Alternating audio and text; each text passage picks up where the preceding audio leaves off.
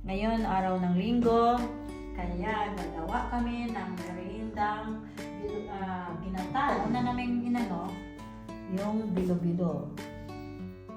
Malagkit, nalagyan namin ng yung tubig na kaya lang gawing bilo-bilo. Ayan. Para siyang puti ba talaga yung malaki? Wala ba asukal yan? Hindi mo nilalagay ang asukal yan? Hindi. Kasi ito marami nang ring asukal. Ito sa sagog. Nilaga mo namin pagabi. Kuha ka ng konti, ganyan mo, tapos kami ganyan. Bilog-bilog. Depende sa size kung anong gusto niya. Ayan. Tapos saging. Tita, anong saging yan? Hindi ko alam kung anong pangalan nito sa UP. African banana. Yung mga malalaki, hindi yung Tapos ito, parang sa atin. hindi ko gawin. Balinghoy.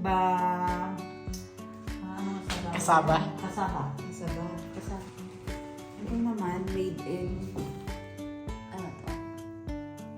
bangko. Ako, yung malakas pa naman yan. Hindi ako natin. Okay na yung ganito kalaki.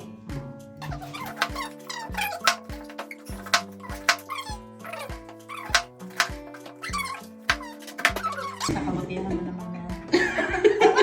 Ba't yung kasama makaling yung gusto mo? Mas ano ka, tita? Oh.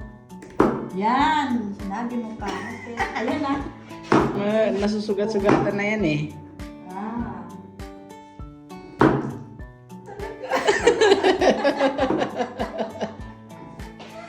Ayaw mo, nagsasalita ka siguro. Okay lang yan, tita. Para ano. Nagsasalita ka sa kanya habang yung binibidyo mo, di mo pa.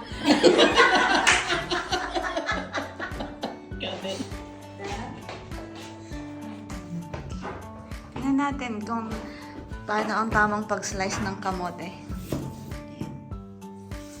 Safe.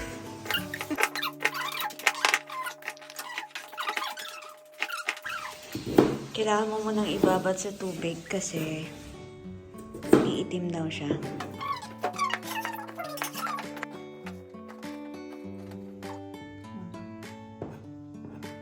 Masarap siya.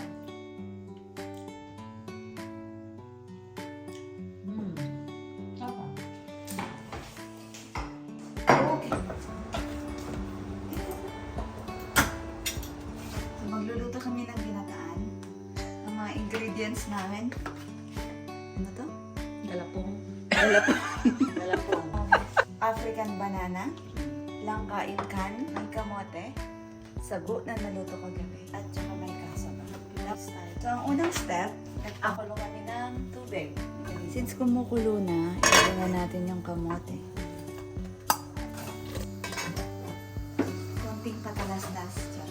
10 minutes ng paglagay ng kasaba, ilalagay na natin tong African banana. Mukha lang siyang hinog, pero matigas pa siya. Para medyo mag-melt. So, another 10 minutes. Magbabalik po kami. Bye-bye. Yes, medyo malambot na. Hindi nyo naaamoy, pero amoy na amoy yung langka. Tigilid lang. Para hindi sila magdikit-dikit.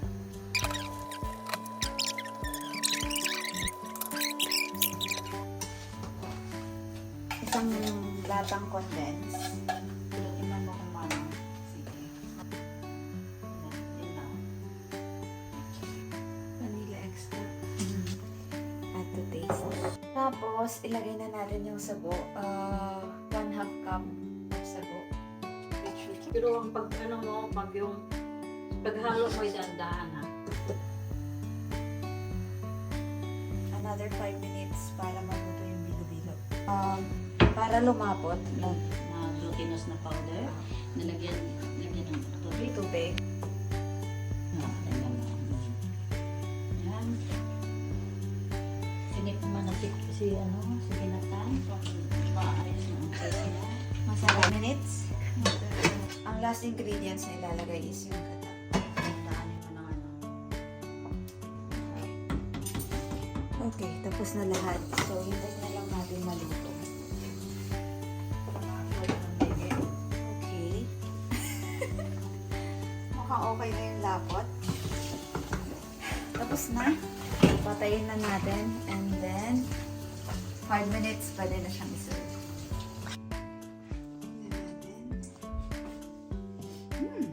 Mabango. First taste. Yummy. Perfect.